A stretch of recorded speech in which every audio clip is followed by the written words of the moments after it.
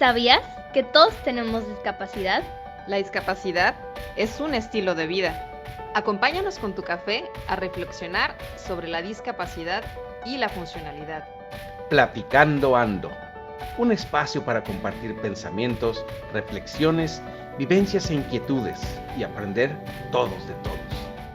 Hola, ¿cómo están? Muy buenas tardes, Luigina. Muy buenas tardes. Estamos aquí otra vez en nuestra quinta emisión. Yo soy Juan Carlos Granado, soy médico especialista en rehabilitación. Y yo soy Mónica Luigina Rodríguez, soy médico especialista en rehabilitación con posgrado en rehabilitación pediátrica. La vez pasada habíamos comentado, nos habíamos quedado con la pregunta, ¿lo que estamos asumiendo como discapacidad es realmente discapacidad? ¿Qué dices? Yo digo que no, pero a ver, vamos a platicar acerca de esto. Es que estábamos comentando para aquellos que están escuchando por primera vez este podcast, que el término discapacidad e incluso el logo de discapacidad, el símbolo internacional de accesibilidad, están representando ideas. Como decíamos la vez pasada, cualquier símbolo, cualquier logo, cualquier cosa representa en ese sentido una idea. Que el logo que conocemos como discapacidad pues tiene bastante tiempo, desde 1968, 69, y que el término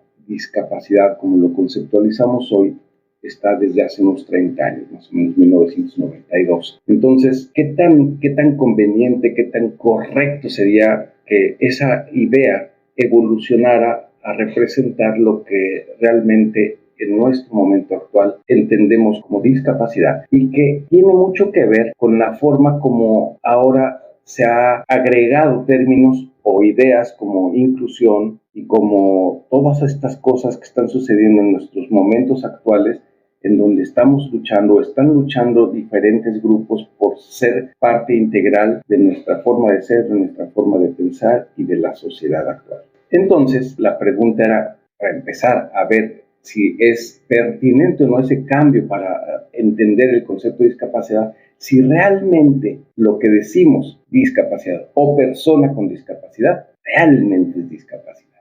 Fíjate que esto lo estaba yo comentando hace unos 2-3 meses.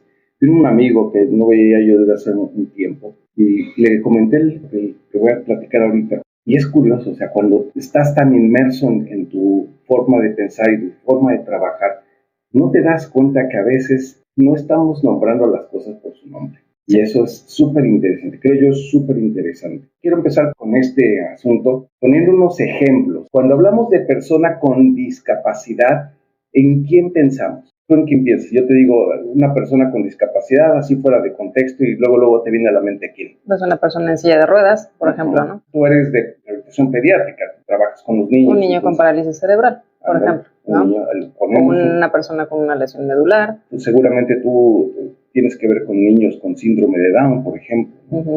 Sí, así es. Vamos a poner 5 ejemplos. Un niño con parálisis cerebral que está utilizando una silla de ruedas. Y la silla de ruedas como el ícono, vamos a decir, de lo que es discapacidad. Luego, ¿quién más me dijiste? Lesión medular.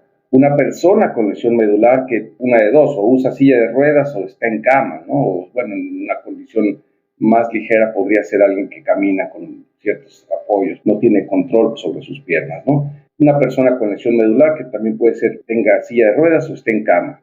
¿Quién más se te ocurre? Estábamos hablando PCI, síndrome de Down, lesión medular. Amputaciones. Una persona con una amputación. Y me gustaría agregar una persona de la tercera edad, un adulto mayor. ¿Sí? Ya sea que utilice bastón, que no utilice bastón. Finalmente, cuando pensamos en por ejemplo, en el transporte público, ¿no? Que está el símbolo internacional de accesibilidad, que está una persona de la tercera edad, un adulto mayor, lo consideras como parte de las personas con discapacidad. ¿Estás de acuerdo? Sí, o sea, esa es la forma como percibimos, como entendemos el concepto de la persona con discapacidad. Ahí te va. Entonces, redoble de tambores.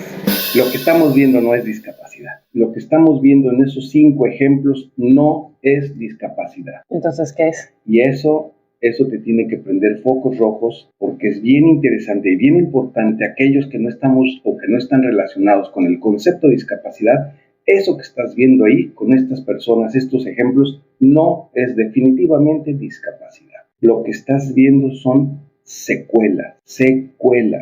A ver, a mí me gustaría que nos explicaras un poquito más al respecto, entonces, porque la gente se va a cuestionar. Bueno, Claro. o sea, normalmente estamos acostumbrados a ver estos ejemplos de personas y asumir inmediatamente, bueno, es una persona con discapacidad. Entonces, y ahorita nos estás como que rompiendo un paradigma Exacto. inmenso, entonces, es decir, ok, estamos viendo secuelas, cuéntanos. Exacto, y eso que estás diciendo está buenísimo, estás rompiendo un paradigma. Justamente de eso se trata. Y esta es la función que estamos realizando, estar rompiendo paradigmas, no por rebeldía, sino para darle el valor y el tamaño de lo que es la discapacidad. Hablábamos la vez pasada, ¿no? De que probablemente era momento de evolucionar, ¿no? En cuanto a los términos, ¿no? Exacto. O de ver las cosas de forma distinta. Entonces está padrísimo lo que nos estás platicando. A ver, cuéntanos. Estamos viendo secuelas. Estábamos poniendo el ejemplo, el niño con parálisis cerebral, que está en silla de ruedas. Está en silla de ruedas porque tiene una alteración en su cerebro que le impide mover sus piernas y tener movimiento de forma como cualquier niño lo podría tener. Es una secuela de una lesión. Así es. Una secuela de una lesión neurológica. ¿En qué momento? En el que tú quieras, cuando nació, antes de, después de. Eso en este caso no es relevante. Lo que quiero decir es que lo que estás viendo es que tiene secuelas y esa es la causa por la que está en la silla de ruedas. Pero explícanos más, o sea, realmente, ¿qué es una secuela? O sea, Ok, sí, tienes razón. Una secuela es las limitaciones o los efectos que deja el paso de una enfermedad o un accidente. Cuando la enfermedad en ese momento está sucediendo o el accidente está sucediendo, las manifestaciones que tú tienes son parte del cuadro clínico que representa tu padecimiento. Así es. Eso es algo bien importante porque la gente regularmente piensa que la discapacidad es una enfermedad y pues no es así. No es así. Y discapacidad tampoco es enfermedad. Cuando ya pasó la enfermedad, cuando ya pasó el accidente, cuando ya sucedió todo aquello que estaba sucediendo y que te estaba dando las manifestaciones que tú ves en ese momento, lo que queda y que ya no va a variar, esas son las secuelas. Entonces, es que quedó con secuelas. Pues sí, son todas aquellas cosas que vemos en la persona que quedan como el paso o como consecuencia del paso de una enfermedad o un accidente que ya no van a variar, quedaron pues, como el resultado de esa lesión o ese padecimiento, ¿no? Entonces, justamente lo que estamos viendo, regresando al tema, lo que estamos viendo en ese niño con parálisis cerebral son las secuelas de una lesión a su cerebro. Entonces la gente se va a preguntar también, bueno, ok, estoy entendiendo perfectamente, lo que estoy viendo son las secuelas, pero entonces, ¿a qué sí le llamamos discapacidad? Espérame tantito, ¿O en qué déjame momento? terminar los 5 ejemplos, porque ya te me estás adelantando. El otro ejemplo de lesión medular, misma historia, o sea, tienes una lesión medular porque tuviste un accidente, una agresión, lo que sea, que él lastimó la médula espinal y por lo tanto, eso es lo que te da esa falta de movimiento, esa alteración que tienes ahí, es justamente derivado de ese accidente, lo que hayas tenido, y lo que quedó son las secuelas. Y si estás en la silla de ruedas, o si ves a esa persona en silla de ruedas, es porque tiene una secuela de esa lesión. Igual el de que habíamos mencionado del síndrome de Down, misma historia, o sea, es una alteración genética que deja como secuela todas las manifestaciones que estamos viendo en esta persona. La misma persona de tercera edad, son unas secuelas del paso del tiempo y de todo aquello que haya vivido y sus enfermedades, generalmente las crónico-degenerativas, como puede ser hipertensión, puede ser diabetes o cualquier otra que haya y que marque las condiciones en las que actualmente está esa persona. Lo que estamos viendo son secuelas, no discapacidad. Y aquí es donde agarro tu pregunta, ¿sí? Si estamos viendo justamente secuelas, entonces la pregunta es, si eso no es discapacidad, entonces, ¿qué sí es discapacidad? Exacto. ¿Sí? Sí. La discapacidad es muy, muy compleja. La discapacidad, te puedo decir de esta manera, y tratando también de romper otro paradigma, la discapacidad no se ve, o difícilmente se ve. Lo que ves son secuelas. La discapacidad es la alteración en la funcionalidad que tenga esa persona. La discapacidad es solamente el extremo de una escala y que del otro lado está la funcionalidad. Luego entonces lo que tienes cuando más te acercas a la discapacidad, más te alejas de la funcionalidad. Justamente lo que tienes o la discapacidad la puedes identificar como qué tanto te estás alejando de tu funcionalidad. Como que son inversamente proporcionales. Sí, ¿no? mientras aumenta una, disminuye la otra. Exacto. Entonces, ¿qué tanto te estás alejando de la funcionalidad? Eso es lo que tú tienes de discapacidad.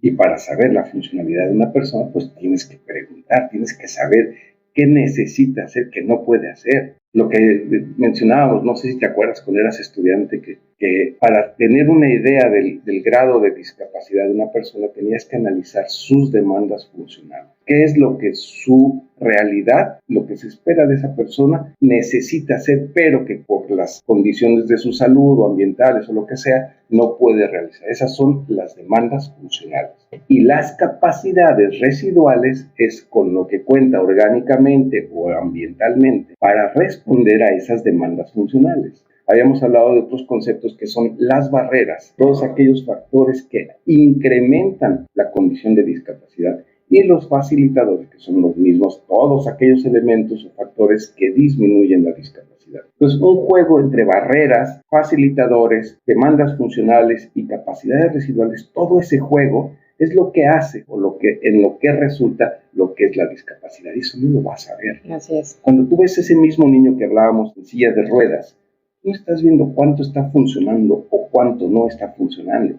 Pues no le puedes disparar de golpe discapacidad nada más así como así. O sea, puedes decir, yo creo que lo correcto podría ser, hablábamos también de que eventualmente el término discapacidad podría desaparecer. Lo que estás viendo son secuelas, y lo correcto, tal vez lo muy puritano que podríamos decir, es persona con secuelas. Discapacidad no vemos. Exacto. Es hasta que la persona se sienta frente a un profesional de la salud y empezamos justamente a indagar todos estos puntos y que acabas de mencionar en este momento, es cuando realmente podemos conocer efectivamente si esa persona tiene o no tiene discapacidad. Bueno, ¿Qué grado de discapacidad tiene, más bien dicho? Uh-huh. Sí, entonces hasta ahí entonces ya puede tener, así tiene mucha, poca, lo que sea de discapacidad, ¿no? Y eso me hace recordar, ¿te acuerdas de Beto?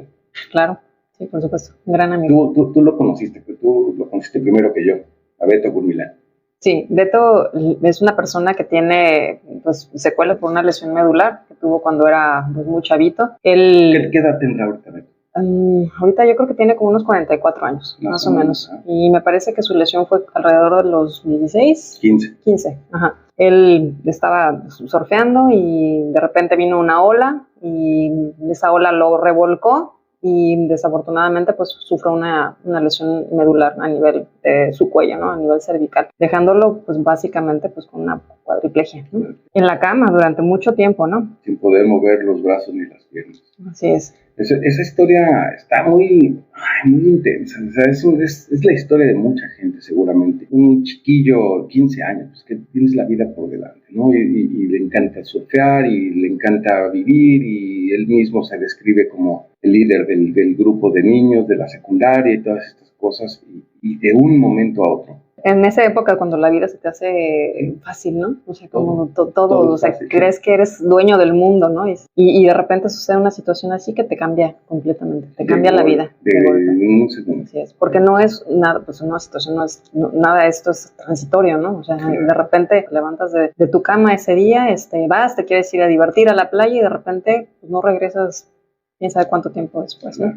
Entonces, toda una historia de cómo él enfrenta la situación, justamente la derivada de las secuelas de la lesión. Hoy tiene 44 años, es alguien que está realmente muy metido en su vida. Él, tengo entendido, era conductor de noticias de deportes en un canal aquí en San Diego. Maestro de la universidad. Ajá. Obviamente licenciado en comunicación, no lo sé, casualmente.